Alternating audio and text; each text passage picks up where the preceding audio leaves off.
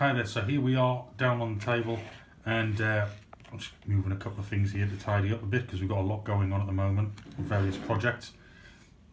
So this is the model in question. This is the Hornby R378 LNER class D49/1 loco Cheshire. Right, so this was part of the March haul, and it hasn't featured in another video that I've done. I haven't put the locos into any kind of haul purchase haul video. I'm just going to do them singularly or as they come. But this particular one, £25. It's still in its box. Box isn't too bad, to be honest. I don't know if the cover's still there or not, but I saw it. I thought it's another LNER locomotive to have. But there is a bit of a twist to this tale. Another twist. There's always a twist on Aidans Railways. So if I just lift off the polystyrene packaging, and then we can see, there we go, we've got locomotive 2753 LNER Hunt class Cheshire. Now, lovely. It's a tender drive, as with all of these older ones. That doesn't really bother me, but it's just so remarkably clean. It is really remarkably clean, and I saw it and I thought that would look nice with some of the some of the more suburban LNER coaches I've got. Let's have a quick look at the loco. So obviously it's a freewheeling front chassis there, simple 440 design. We've got some detail in there, actually quite a lot of detail. It's not painted, but there is quite a lot of detail in there, and I think I might give that a go sometime soon, because that is really nice. But like I said, there is a twist in this video, so stay tuned. So up the top here we've got our safety valves and whistle, separately fitted, nice separately fitted handrail. We've got our reversing lever, I believe it is, isn't it, for the gears? Yes. Lovely motion. Might not be up to today's scratch, I don't know, but it is a lovely motion. Nice bogey there, lovely blue, lovely green wheels. I don't know why I was going to say blue there. Smoke box detail. It hasn't got its brake vacuum pipe fitted, but I've got bags of them, so we'll get that on. And we've got the number there on the front, and you can just see a moulded detail of a 3-link coupling, but it's there. So look underneath. The decoupling isn't easy to remove, but it is removable. I think I'll leave that on though for the time being. And you can see this side exactly the same, just without the reversing gear coming down. White lining there on the cylinders, absolutely lovely. And obviously this is picking up power for our tender drive. So we'll have a quick look at the tender. I'm just going to put this onto the rolling road. I'll bring that further forward so you can see still, and I'll move that polystyrene. So there we go, we've got a lovely tender here, 6-wheel one. Like I said, this is the ringfield tender drive, separately fitted handrail. I was surprised at that. I thought that probably would have ended up being moulded, but it's not. And we've got space to accommodate that brake vacuum pipe as well. Some moulded steps.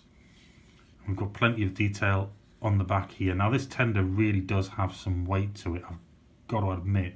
It actually feels a lot heavier than the A4 one, and there's good reason for it, because this chassis here, it's not plastic. That is a die cast piece. It really is. I mean, obviously you can see the traction tyres there, but this is a die cast piece.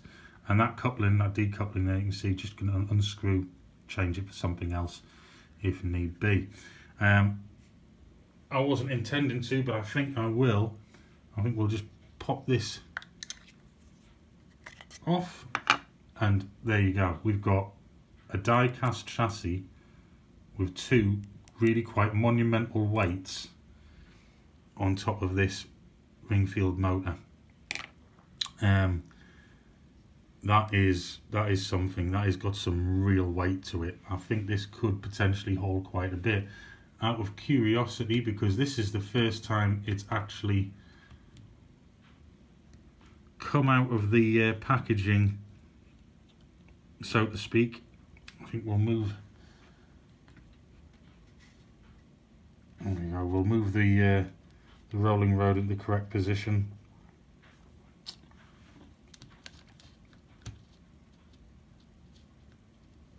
As we're going to test it. There we go. So this is the first time it's going to run. Now I'll admit it is a bit bone dry, and you can hear it sounds it as well. We've got that lovely squeak, but it's running. It's running. That's the important bit. I'm not really going to go into that too much because, like I said, there is a bit of a twist in this tail. So I'm going to put this shell back on, and I can do a service another day. I just noticed I'd knocked the handrail there, but there are handrails you can see at the side. There we go, separately hand fitted. Bit of moulded detail there. I didn't show that before, but that has got some real weight to it. I wish I had a set of scales in front of me right now to get an idea of just how heavy that is. So the twist that you're waiting for. I think if I remember right, you only paid about £20–25 for that, right? Boxed, really very nice. I was searching through boxes in the model shop the day that I actually bought this and a number of other locomotives, because there was quite a few what I would call bargain. They're not new, but they've been reasonably well looked after locomotives. And in another box, but not in its original packaging, was another one. Only this one, this is slightly different. This one's actually got red lining on the tender. I don't know if you can see that there. It's the same tender, but you'll probably just notice there, it's missing a wheel. Turn it around, it's not missing a wheel. Turn it around, it's missing a wheel.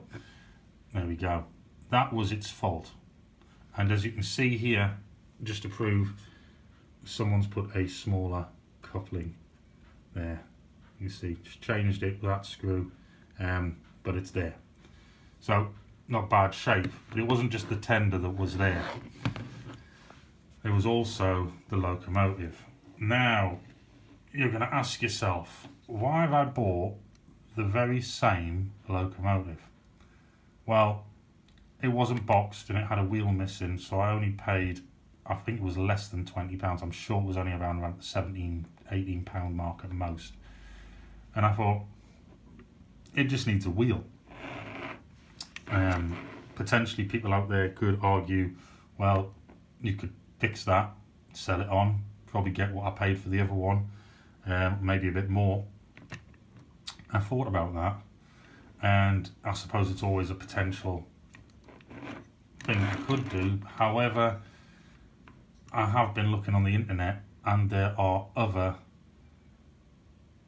other shells available, and I figured, why not just change the shell? I've done it with the Flying Scotsman. I think I changed it, was to Gay Crusader, I think, I can't remember now, but I did change the shell on a duplicate Scotsman. So I thought, wait, I haven't paid much for this. If I can get that wheel, then I'm laughing, really, to be honest. So I'm just going to roll this locomotive out for the moment. I haven't as yet ordered a shell. There's a few out there, different names, but I shall do. But what I'm going to do here is repair that tender. So finding the wheels for this tender, I thought would be an easy job on eBay or potentially at a model shop or something. And actually it's been quite fraught with problems, because most people are selling entire chassis with the wheels on and things like that. So I didn't really know what I should do. So when I was working on the BR Green Mallard, I'll put a link over here somewhere for that video if you haven't seen it. When I was working on that, I just happened to notice that the wheels were exactly the same on the tender for the donor chassis that I got for that Mallard locomotive. Now, you'll note that these are green as opposed to these, which are black. But to be honest, you don't really see them. And I could just get some paint and I could just repaint them, which I might do in the future, but at the moment I'm not going to do that. Right now what I'm actually going to do is I'm just going to replace that centre wheel axle with our donor one. So let's see how to get to it. So I think the best thing to do is to start with these weights. We'll get these out of the way, just unscrew them, because I had a little bit of a competition game on at the model shop when I was helping Mick out the other day. I say helping him out, I wasn't getting paid or anything, I just was there and I thought I'd lend a hand, and I got the bonus of a chassis out of it, so there we go. So by the looks of it, all I need to do is undo this screw, not losing it, and then that chassis falls off. So we can see, well, it didn't fall off, I took it off, but we can see there is basically the motor, and this is just a rigid axle on there. We've got that wheel there, almost flangeless, and it just rocks, it just rolls there. What I have to do is remove this one. Just having a quick look there, that is not insulated. It's not insulated, so that makes it quite interesting.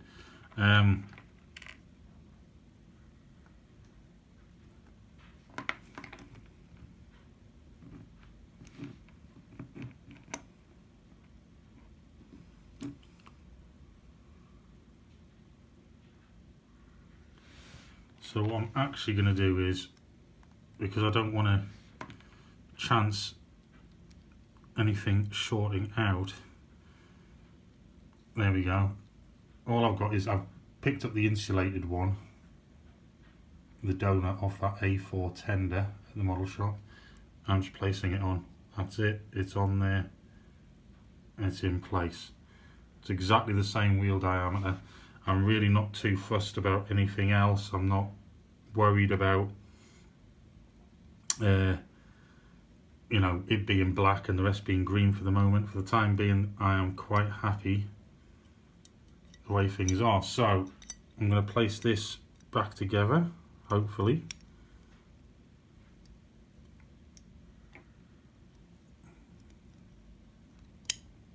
There we go.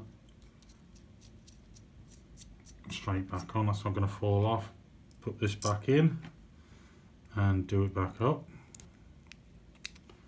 So at a later date, at any point, I could go and paint that if I really want to, but to be honest, you can't really see it. I don't see the point.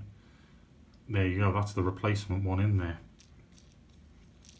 You can't really see it, so I'm not too worried, but it's better than having a gaping hole there that's potentially could cause a derailment, I suppose. So let's get that back into place.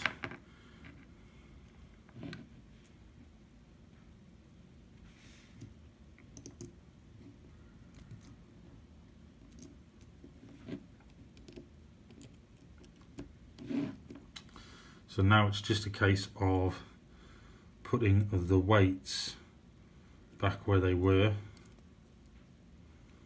which could be easier said than done because I've got to remember exactly where they were. Take the screw out, There we go, that weight back in, and then place the screw back in, and then correct screwdriver, that would be better, and then just do that back up. I'm not going to over tighten it or anything like that, but this has got some real weight to it with all those extra weights and that die cast chassis. So like with the other one, this actually hasn't been tested, so I took a bit of a gamble. Everyone could say, well, you took a bit of a gamble. You know, you take a gamble when you buy things off eBay, to be perfectly honest. I know the listing might state things, but you're always taking a bit of a gamble.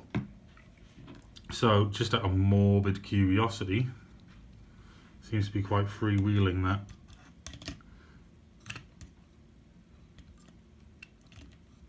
Let's put the chassis on. Let's see if it's going to run.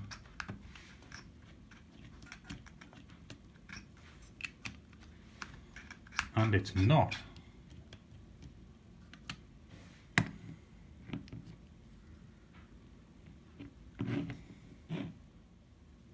Let's see if it's going to run. It does appear to run. It just seems to be needs to be coaxed, and there we go.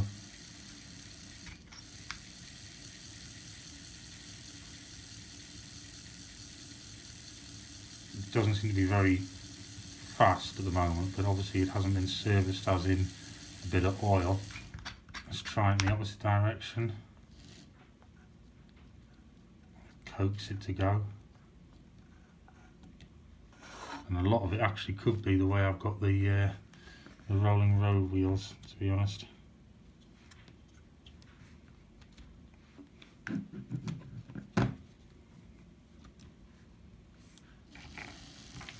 There we go.